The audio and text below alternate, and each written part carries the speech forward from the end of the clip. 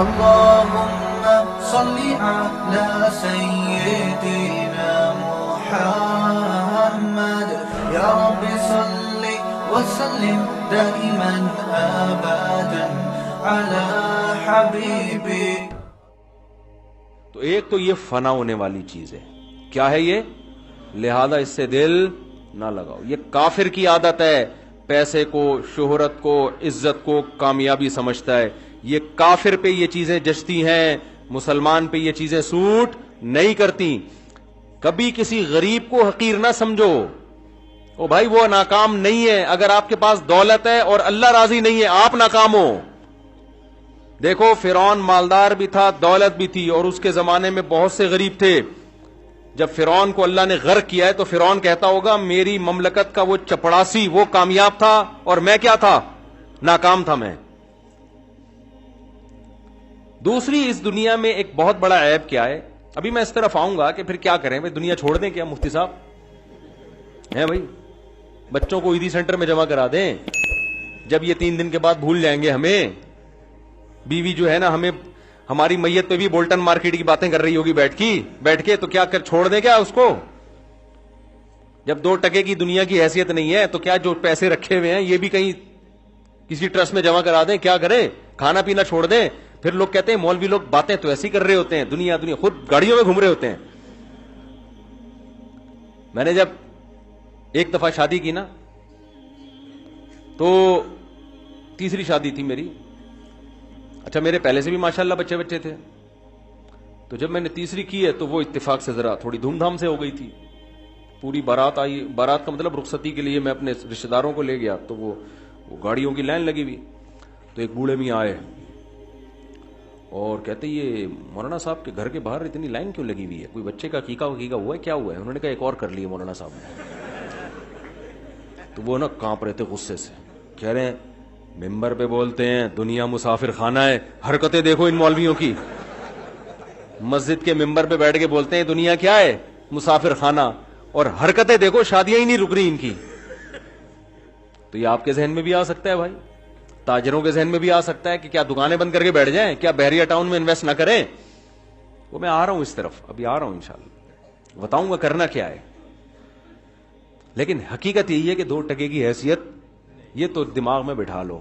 یہ تو جب ابھی نہیں آئے گا نا تو مرنے لگے ہوئے تو آئے گا سمجھ میں کہ یار یہ کیا کیا ہم نے، یار یہ کیا ہے.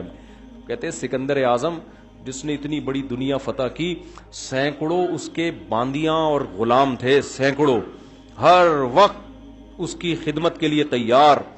عیاشی کی ہے اس نے.